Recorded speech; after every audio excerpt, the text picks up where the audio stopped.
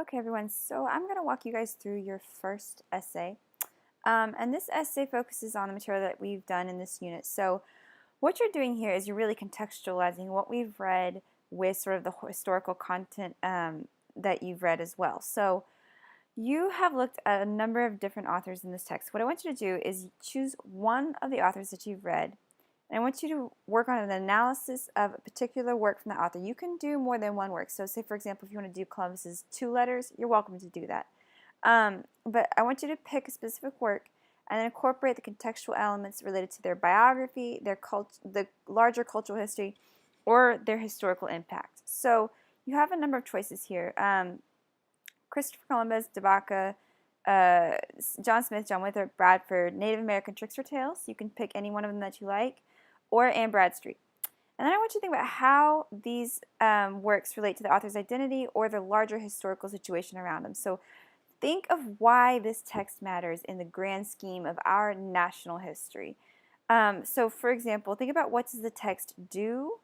For example, does Columbus's text show the beginnings of relationships with Native Americans, negative or positive? What is the structure, the subject matter, or the tone show about the author or society? So for example, Columbus's letters have a very specific form. De Vaca's letters have a very specific form. The Tricks or Tales are more literary.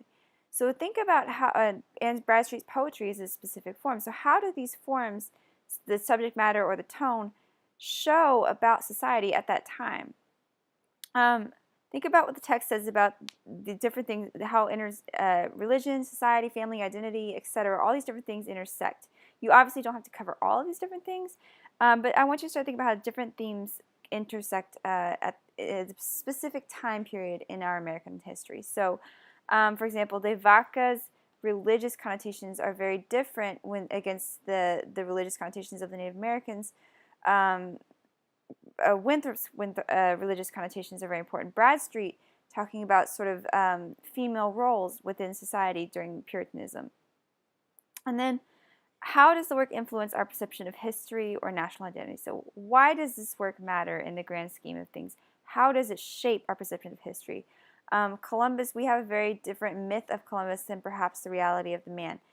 How does the letter show that perception or not show that perception? And these are just ideas for things for you to consider. You are welcome to write about what you like, but these is here to kind of help guide you. You do need to include at least 2 research resources in your work. So these can be anything from included. This can be your own research as well. Just make sure that it is credible and legitimate research. And then make sure that it's cited correctly and included in your bibliography. This is important. As long as you have two research resources, you'll get the credit for that. And then make sure you have a clear thesis, main ideas, and expand with solid evidence from the text. This is very, very, very important. When you're writing an analysis, you want to make sure you back it up with evidence from the text. If you tell me that Christopher Columbus's letters show a negative relationship with the Native Americans, give me specific evidence to show me that. And then make sure that it is the correct length. So I need it to be 3 to 4 full pages. So when I say 3 to 4 full pages, that means 3 pages all the way to the bottom at least. If there's anything less, I do take off points for that. And then it's due by Sunday, Valentine's Day, so Sunday 2/14 at midnight. And remember that everything will be checked for plagiarism through Safe Assign, so don't cheat. Just don't borrow from the internet. Don't borrow from anything you've done before. Just make sure you have original work. Here is your checklist for criteria that you'll be checked on. So we're making sure that we do have close analysis of the work. That is the most important thing. Over the biography and everything else, make sure that the work is the centerpiece. The text is the centerpiece. And then the author's identity and the historical textualization is important, but the work is the most important. Make sure you have lots of good, solid evidence to support your claims from your research and your primary source. A number of resources is correct, proper page link MLA and citations. Make sure that your MLA is solid, so make sure you have 1-inch margins all the way around, double spaced, Times New Roman, Cambria, or Arial font, 12-point size. Fully developed essay structure, so intro, main ideas, and conclusion, and then a good, clear organization of all your ideas. Here are just a few ideas that can help you when you're writing. So some ideas for literary elements you can look at: archetypes, protagonists, antagonists, literary devices, structures, concepts, historical contextualizations. If you have any questions about this, please feel free to reach out to me.